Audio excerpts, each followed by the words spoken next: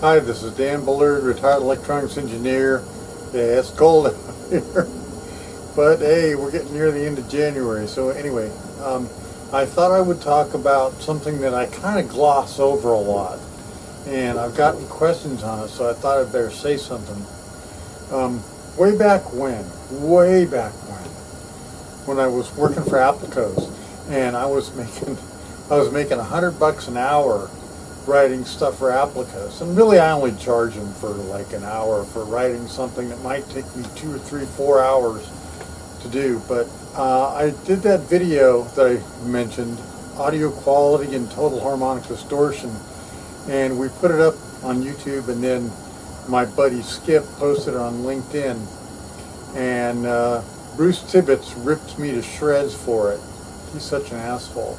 He almost got in a fight with a friend of mine, Bruce Farrell, and some email from this gal, Kristen, who I love Kristen. She's fantastic. She's a wonderful friend.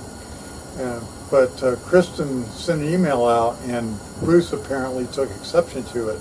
And so he went to her office and confronted her and physically threatened her. And, Bruce, go ahead and threaten Kristen again, because she followed my lead. She got a concealed carry permit. So you want a 45 caliber slug in your chest, go ahead and confront her again, you son of a bitch. But anyway, so Tibbetts said this horrible thing about my video that I didn't understand what I was talking about. So I was on the defensive big time.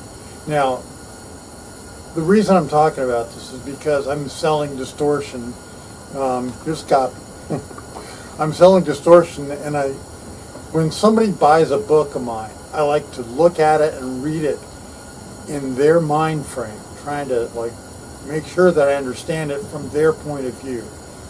And I realize that the whole thing about this distortion and area and everything is unknown, and was unknown at the time, and still is unknown to everybody else but me and people who read my book.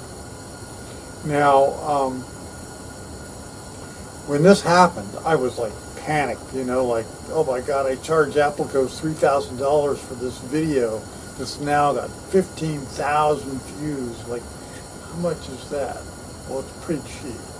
I was looking for anything on harmonics, and I was going everywhere I could, because I needed to either hand the money back to Applecos and say, okay, I don't have a clue what I'm talking about, and you might as well just leave me to sit out here and rot, or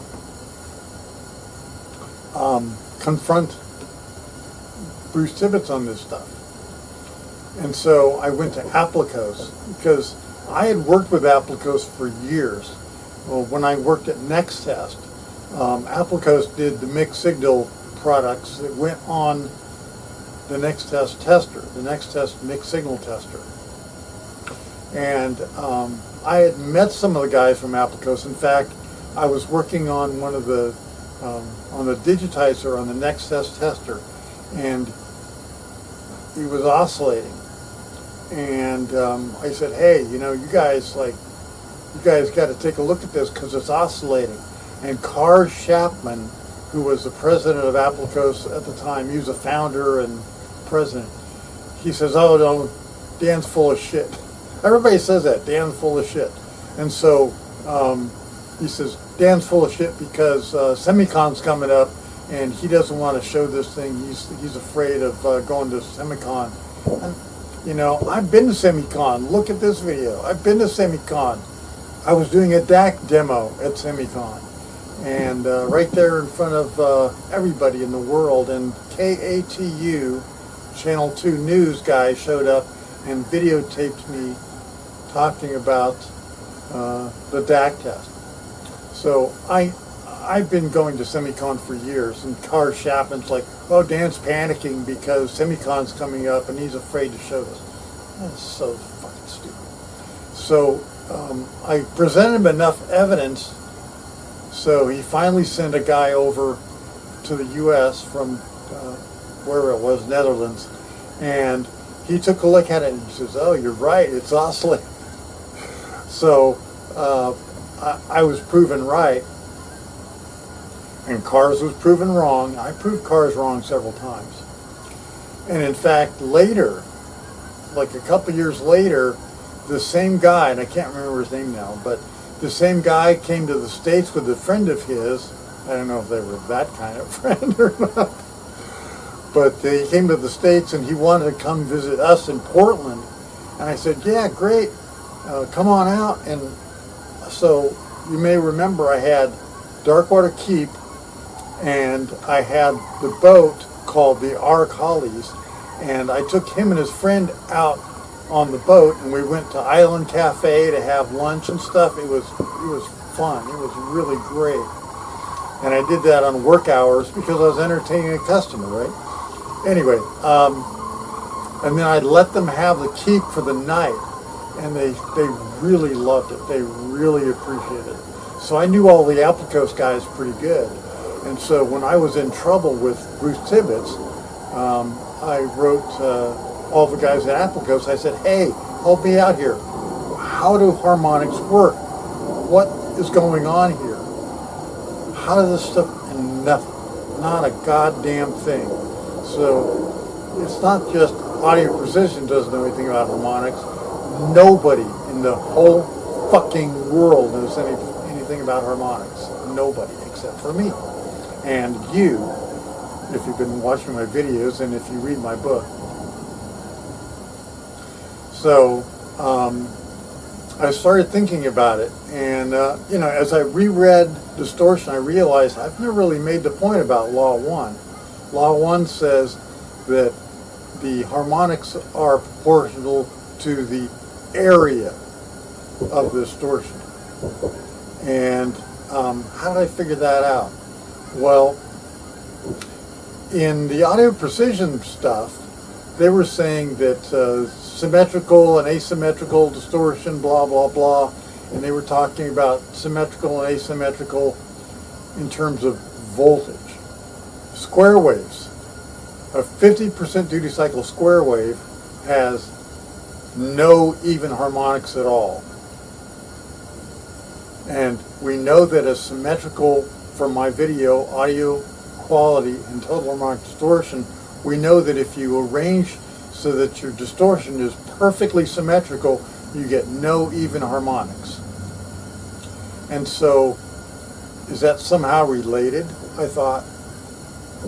And so, let's look at this other square wave that has 51% duty cycle. Even harmonics. So, why does an asymmetrical square wave, asymmetrical in time, have even harmonics, but symmetrical wave in time, square wave, symmetrical in time, not have even harmonics? I realized it's area. Now, when I was back at Nexus, let's go back to Nexus again. I was doing, we chose a device, and I think one of our guys chose it, Grant Veeman. He chose a Philips microcontroller that had a DAC and an ADC built in. And so we had to test the DAC and the ADC to prove our Applicos modules on the Nexus worked. That was a Nexus Lightning. And so we did the DAC test, and we got a huge fucking DNL problem. Huge DNL problem at one point. And so I was really clever. I'm so fucking smart. I came up with a way to do what we call equivalent time sampling or aliasing. So I did equivalent time sampling and sampled the area where the distortion, where the DNL was happening, the DNL error was happening. And I found this big fucking glitch there. And what it is, it's a carry transition problem. And so when you go from 3F to 4-0, how many bits is that? 1, 2, 3, 4, 5, 6. 6 bits and a 7th bit flip. So 6 bits that are set to a 1 flip to a 0, and one bit that was a 0 flips to a 1. So there was a big carry transition there, and that caused that glitch. So now we knew that the glitch was there, and so we were able to use, and that's one reason why when you do a DAC test, you have to stay away from the big transition from FF to 00, because you're likely to get lots of transitions, lots of carry errors and stuff. So I found a way to use the delay in the next test and the Applicos modules to move that capture over so that we didn't capture that glitch. But I realized, from my old days at Credence, they used to have something called glitch energy. And I'm like, why don't I test glitch energy on this for the next upcoming semicon when we had everything working? And so I measured glitch energy. Now, how do you measure glitch energy? Because it's energy. Now, it's not energy in the way that Joule would tell you. A joule is power times time. But what's the output of a DAC? It's not power, it's just voltage, right? And so you don't measure glitch energy in joules because you don't know what the current's going to be. But you can measure it in volt seconds. And so this book is just full of stuff on volt seconds. And so what I did is I looked at its nanovolt seconds. So basically that glitch, I cut off the top and then I integrated. Basically I integrated the samples inside the glitch, multiplied the voltage times the time span where each glitch happened, and because I had with waveforms, you know how much time per sample there is, so I multiplied the voltage times the time, and I got the glitch energy. Now the glitch energy, I could data log that, and it's in nanovolt seconds. And a lot of the stuff in here is in nanovolt seconds, okay? So voltage times time, that's area. People have asked me that. What do you mean area? If you ever put a carpet down in a room, you can't go to the carpet place and say, I want 10 feet of rug. 10 feet by what? Right? So, or if you want to do a floor, I've put tile on floors. How much tile do you need? Well, you need the length times the width, right? So if you have a 10 by 10 room and you want to carpet it, you're going to need 10 foot by 10 foot or 100 square feet. And the same is true with area in a wave, okay? It's measured in volt seconds, and in the book, I hate to keep showing this, in the book I mention what you're going to have to look at is volts times a time, and the time, what's the time? Well, let's just assume that we're testing everything with a 1 kilohertz wave, because typically and traditionally THD is done with a 1 kilohertz waveform. Traditionally, it's done with a 1 kilohertz waveform for THD. So let's call it 1 millisecond. So 1 millisecond for an entire wave, and then we can work out each distortion and work out the time and the area, volts times the amount of time it takes for that distortion to happen. So that's what I mean by area. Now, square waves are not the only thing that go that way. Triangle waves. When a triangle wave is 50% rise fall, then you get only odd harmonics and no even harmonics. But if the triangle wave changes rise fall, let's say 60% rise, 40% fall. So that's 60% of the whole time is the rise time, and 40% of the whole time is fall time. Suddenly you get even harmonics. Boom. So square waves and triangle waves are not special cases of anything.